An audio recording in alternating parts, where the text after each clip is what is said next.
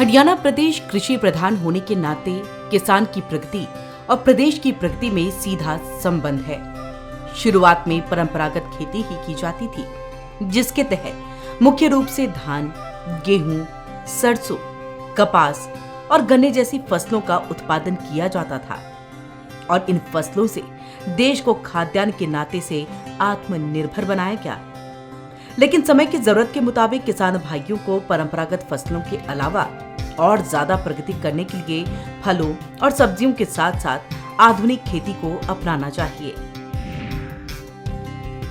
खेती जब प्रारंभ में शुरू हुई तो परंपरागत तौर पर हम मुख्य रूप से धान है, गेहूं है अथवा सरसों है, कपास है, गन्ना है आदि फसलें ही उगाते थे और इन फसलों से भी हमने देश भर को एक प्रकार से खाद्यान्न के नाते से आत्मनिर्भर बनाया।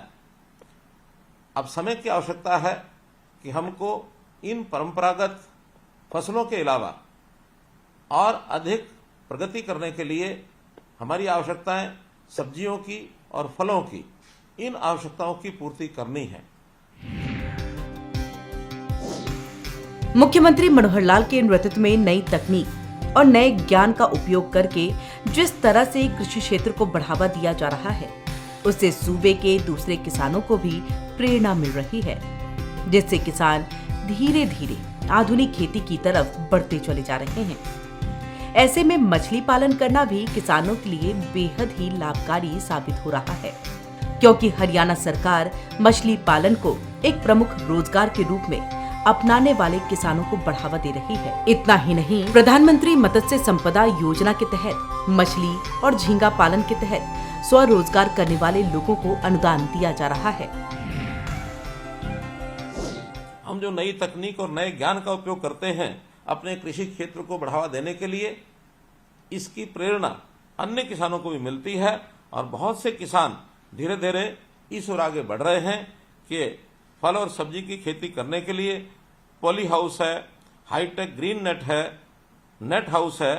तो इस प्रकार आधुनिक जो तकनीक है उसके लिए हम आगे बढ़ रहे हैं और प्रधानमंत्री जी ने हमें पानी की बचत करने के लिए भी जो एक फॉर्मूला दिया है कि पर ड्रॉप मोर क्रॉप, इस अवधारणा पर चलते हुए हमने ड्रिप सिंचाई, माइक्रो इरिगेशन, इसका भी जो उपयोग शुरू किया है, इसका बहुत बड़ा लाभ होगा। हमने वर्टिकल फार्मिंग की दिशा में भी बहुत सराहनीय काम किए हैं। सब लोग जैविक खेती की ओर भी बढ़ रहे हैं, क्योंकि ये बहुत बड़ा विशेष एक बात ध्यान करने की है कि हम फर्टिलाइजर्स का उपयोग केमिकल्स का करेंगे तो उससे जो हमारी क्वालिटी है प्रोडक्ट की, हमारी जो उपज की क्वालिटी है वो गिरती है, उसमें कुछ न कुछ कमी आती है, जिसके कारण से हमारा शरीर बीमारियों की तरफ भी आगे बढ़ता है। तो प्रधानमंत्री जी ने आह्वान किया है कि जैविक खेती की ओर आगे बढ़ें और हम जो है नेचुरल खेती, प्राकृतिक खेती, उसमें बढ़ करके रासायनिक उर्वरक और जो खतरनाक कीटनाशक हैं उनका उपयोग कम करें। तो इससे भी हमारा जो बहुत बड़ा लाभ एक होने वाला है। हरियाणा के मुख्यमंत्री मनोहर लाल और कृषि एवं मत्स्य पालन मंत्री जेपी दलाल के नेतृत्व में हरियाणा सरकार प्रदेश के किसानों और आम जनों के जीवन स्तर को ऊंचा उठाने के लिए कल्याणकारी योजनाएं चला रही है। इसी के तहत लोगों का झींगा पालन के प्रति रुझान दिन प्रतिदिन बढ़ रहा है और पुरुषों के अलावा अब महिलाएं भी झींगा मछली पालन कर अच्छी खासी कमाई कर रही हैं। खारे पानी में झींगा पालन करना किसानों के लिए वरदान साबित हो रहा है। हरियाणा में 16,000 मत्स्य पालक किसान हैं। 45,000 एकड़ में मछली पालन किया जाता है, जिसमें 2.12 लाख मीट्रिक टन मछली का उत्पादन होता है। 5,681 मीट्रिक टन झींगा उत्पादन होता है। इसके अलावा रिसर्कुलेटरी एक्वा कल्चर सिस्टम के 112 प्रोजेक्ट लगाए गए हैं, तो वहीं बायोफ्लॉक के 257 प्रोजेक्ट, 4 कोल्ड स्टोरेज और 16 फीड मिल प्लांट भी लगाए गए। हरियाणा के कृषि एवं किसान कल्याण, पशुपालन एवं डेयरी तथा मत्स्य पालन मंत्री जयप्रकाश दलाल के मुताबिक प्रधानमंत्री मत्स्य संपदा योजना के तहत राज्य के मछुआरों और मछली पालकों को 5 लाख रुपए का बीमा कवर मुफ्त और इसके लिए कोई प्रीमियम नहीं लिया जाएगा। ये योजना मछुआरों और उनके परिवारों के लिए एक सुरक्षात्मक छतरी के रूप में कार्य करेगी। वहीं हरियाणा में मछली पालकों को दी जाने वाली तकनीकी सहायता के बारे में बात करें तो मछली पालन के लिए पट्टे पर गांव के तालाबों को प्राप्त करने में सहायता, मछली संस्कृति इकाई का निर्माण करने के लिए ऋण की मदद करना, मछली पालन के प्रशिक्षण की व्यवस्था करना, तालाब साइटों की मिट्टी और पानी का विश्लेषण करना, योजना और तालाबों के अनुमानों की तैयारी करना, गुणवत्ता वाले बीज और फीड की आपूर्ति करना, मछली के विकास की जांच करना, मछली रोगों की जांच करना, मछली परिवहन और विपणन में सहायता करना। हरियाणा सरकार मत्स्य पालन के क्षेत्र में कई गतिविधियों को लेने के लिए मछली पालकों को वित्तीय सहायता प्रदान करती है, जिसके तहत नए तालाबों की खुदाई या मछली संस्कृति के लिए सामुदायिक भूमि का नवीनीकरण करके अतिरिक्त जल क्षेत्र का निर्माण करना, मौजूदा तालाबों और सूक्ष्म जल क्षेत्रों में मछली संस्कृति को बनाए रखने के लिए मछली पालकों को तकनीकी सहायता प्रदान करना, तो वहीं शैलो, डीप, ट्यूबवेल और जलवाहक के लिए वित्तीय सहायता प्रदान करना। वहीं अनुदान के लिए जरूरी दस्तावेजों के बारे में बात करें तो आवेदन पत्र ऑनलाइन जमा कराया जा सकता है, जिसके लिए पहचान पत्र, नागरिकता प्रमाण पत्र, पासपोर्ट, ड्राइविंग लाइसेंस, आधार कार्ड और पैन कार्ड की जरूरत होगी। इसके साथ ही जाति प्रमाण पत्र की भी जरूरत होगी। इसके अलावा मछली पालक का प्रशिक्षण प्रमाण पत्र भी होना जरूरी है। तो वहीं बात करें सिरसा जिले के गांव माधो सिंघारा में रहने वाले प्रगतिशील किसान श्रवण कुमार की, जो पिछले 2 साल से झींगा मछली पालन कर रहे हैं। उनके मुताबिक झींगा मछली पालन बहुत ही अच्छा व्यवसाय है, क्योंकि दूसरी फसलों के मुकाबले झींगा मछली पालन में ज्यादा मुनाफा होता है। प्रगतिशील किसान श्रवण कुमार बताते हैं कि हरियाणा सरकार की ओर से भी झींगा मछली पालन में अच्छा अनुदान दिया जाता है, जबकि महिलाओं को तो 60% तक अनुदान दिया जा रहा है। सरवण बेनीवाल, गांव माधोसियाना, जिला सिरसा, हरियाणा से हूं। मैं पिछले 2 साल से झींगा फार्मिंग का कर रहा हूं। झींगा फार्मिंग में अच्छी है, ग्रोथ बढ़िया है। अदर फसल से, क्रॉप से झींगा फार्मिंग बहुत बढ़िया रहती है। सरकार द्वारा इसमें अच्छा अनुदान है। महिला पर 60% है, 2 हेक्टर का, मतलब एक पर 8,40,000 रुपये पर इसका है।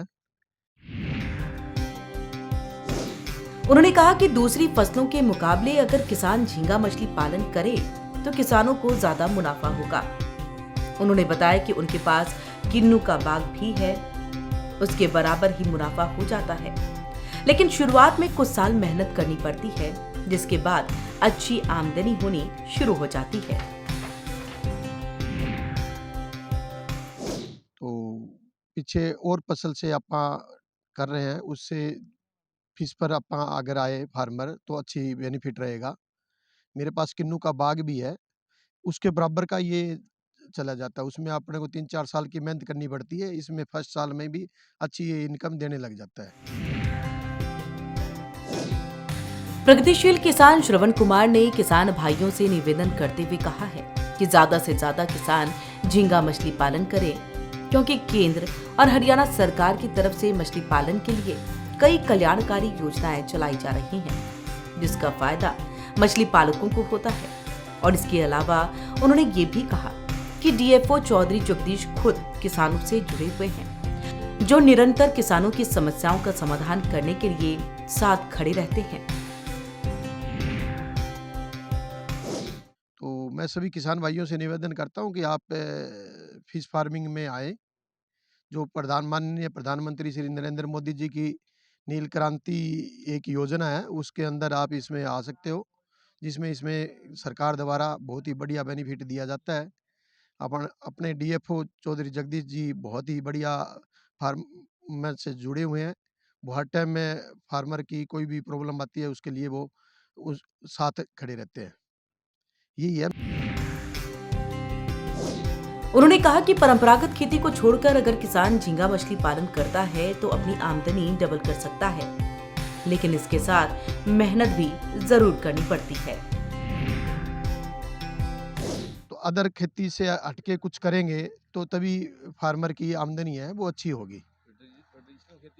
ट्रेडिशनल खेती में इतनी आन जानी नहीं है, आप अलग ही किसानों को करना पड़ेगा। प्रगतिशील किसान श्रवण कुमार ने बताया कि हरियाणा सरकार मछली पालकों को अच्छी सब्सिडी दे रही है और अभी तक उन्हें सरकार की ओर से अच्छा खासा अनुदान मिल चुका है और जिसके लिए ऑनलाइन फॉर्म भरना पड़ता है, जिसके लिए कोई कमीशन नहीं देना होता और सीधे किसान के खाते में पेमेंट आ जाती है। हरियाणा सरकार द्वारा 2 हेक्टर पर 8,40,000 रुपए दिए जाते हैं। 1 हेक्टर पर 8,40,000 है। 2 हेक्टर करी थी, मेरे को 16,80,000 रुपए की सब्सिडी दी गई थी। जो ऑनलाइन फार्म भरते हैं उसमें कोई कमीशन नहीं है, कुछ नहीं है, खाते में ही पेमेंट आती है। महिला पर 8 लाख पर हेक्टर। हरियाणा के कृषि एवं किसान कल्याण, पशुपालन और मत्स्य पालन मंत्री जेपी दलाल ने अपने जापान दौरे के दौरान जापान के कृषि मंत्री सुनोदा हिडियो के साथ बैठक की थी। बैठक में जापान सरकार के साथ बागवानी क्षेत्र में संपूर्ण सप्लाई चेन की परियोजनाओं, स्किल ट्रेनिंग, मछली पालन, कृषि और बागवानी विश्वविद्यालय के साथ समझौतों के संबंध में चर्चा हुई। जापान के मंत्री ने सभी क्षेत्रों में जापान सरकार की ओर से सहयोग का आश्वासन दिया और कहा कि जापान की कई कंपनी हरियाणा में पहले भी काम कर रही है और वहीं बागवानी प्रोजेक्ट को तत्काल प्रभाव से लागू करेगी। हरियाणा सरकार के इन्हीं प्रयासों की वजह से प्रदेश का किसान दिन प्रतिदिन प्रगति कर रहा है और खुशहाल होता जा रहा है।